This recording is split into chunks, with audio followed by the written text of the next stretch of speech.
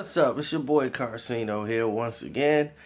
And man, things it's like nostalgic. You grab one piece of something that you do when you cleaning up and you going through boxes and all this stuff, and you find something very interesting. And I said, wow, this is the Team Rock. This 2004. This is the Team Rock La Familia, the basketball team. Right, they had the big summer thing when they ended up playing against. The game didn't happen with Fat Joe and them people. But there's something very interesting about this disc. This disc was actually the promo for Kanye West and the Young Gunz.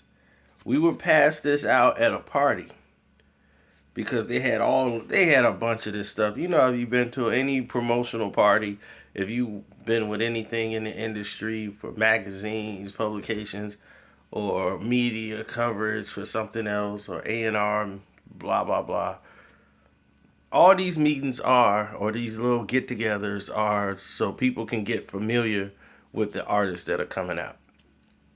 Def Jam, Rockefeller Records had the little get-together or whatever to try to introduce the new artist that's coming out, Blase Skippy. Jay-Z didn't even show up. So that it was basically Rockefeller without Jay-Z. He did not promote this at all. And this is Kanye West and the Young Gunz. And Jay-Z wasn't there to promote it. So you got Dame Dash. You had a couple other A&R people that were there. And I remember they came up and Kanye West is there. The Young Gunz are there. A couple other guys. And he was happy. But he knew. He's like, you from the shot. I'm like, he was like, yeah, I could tell from the way you rock your pants and the way you rock your shoes. Do you see the way he rocking his pants?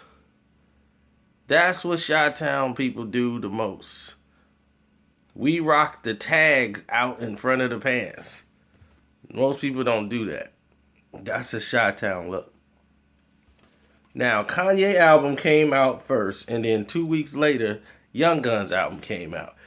And the funny thing about it was, when we got these discs, and everybody, talked to the artist like, yo, so what we finna get out of it? Like what we finna be hearing?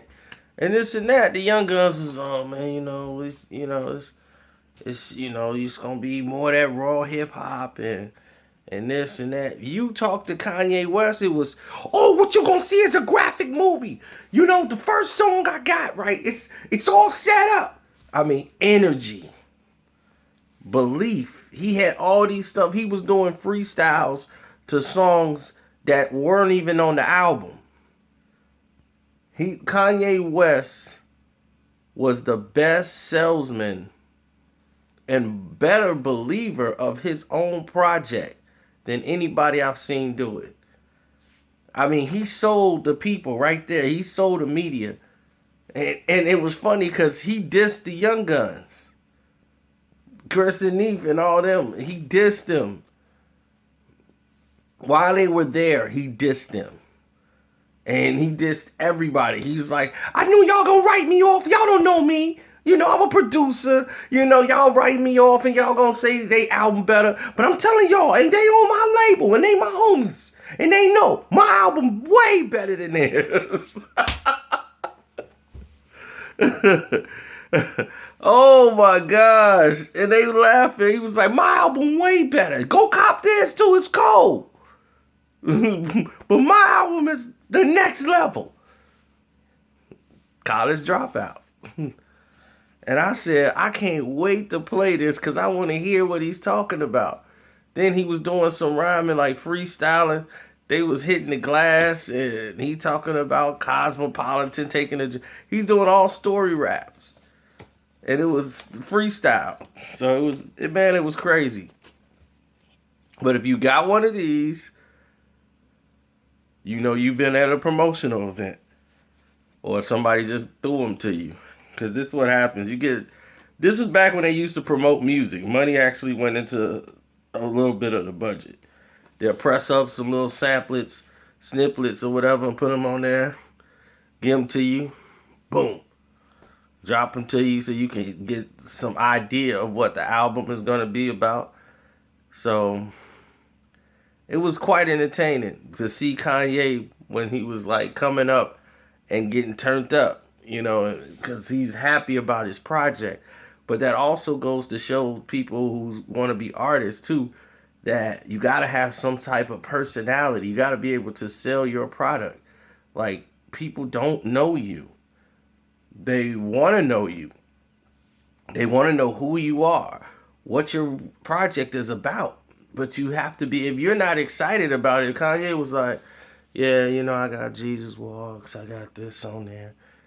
He was animated. He was doing full story, like breaking it down why he didn't, I'm like, my goodness, like, you would have thought this guy was making Thriller or something like that.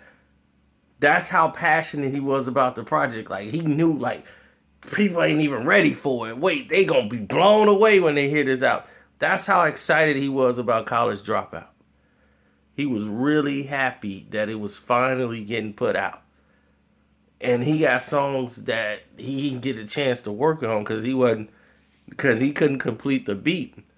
He had they didn't have a budget. And he was like, I ain't gonna front, I ain't had a budget. But he's like, if I could, I try to squeeze some more. I squeezed enough money out of him. I can't squeeze no more. So he was like, they was sitting around scratching their head how they gonna promote my album. And then Through the Wire came in and that, you know, that just ended up doing it for him. So I was happy for him because Kanye West hustled his way into the game, you know, with work. So, young guys, young kids want to make music and don't know what to do. There's plenty of you out there. That's what you have to understand. When you sitting back, smoking weed, chilling, making beats, and you got all these tracks done, and really just some homeboy you know come over and spitting rhymes, that's cool. But don't be like, man, I'm finna make beats for a living when you don't put the work in. It's not just making the beat. You gotta be able to push your work to people to where they can open doors for you or knock the people down where they get to hear it and get it to the people that you want to get it to. You have to believe in your work to take it to the next level. You know, some people, they just sitting back smoking all day. Yeah, man, I got this dope track. Somebody finna knock on my door and be like, look, I need a dope track. I don't know if you make beats or not, but I'm looking for a dope track. Yeah, I got one right here, man. Here you go. You know, no effort. So they don't take it seriously. So why should people take you seriously? You know, I just have to put that out there because I see it so much. People be like, man, listen to this track, man. It's dope, ain't it? See? Yeah. Knew it was dope. I've seen some of the best beat makers just go right to the toilet because they didn't care about working. They had 1, 2 dope tracks. Some of the other stuff they don't work with. They work when they feel a passion for it. But they don't want to have a boss. They want to be able to work when they want to work. Do what they want to do. Not be responsible for anything. Making beats and rapping. That's the perfect life. I'm going to be a rapper. I'm going to make beats. Why? Because you think it requires no responsibility and no effort. And you work when you feel like it.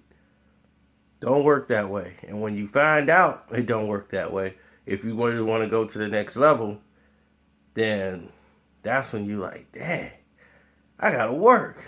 I got a boss. Yes, you're going to have a boss. You can't work when you want to work. It ain't that luxury because believe me, they do not have to wait on you. They be like, oh, really? Okay, let me see what you got over here. That's how quickly it is. Your opportunity come and go just that fast. So, good luck to all of you, and I'm gone again.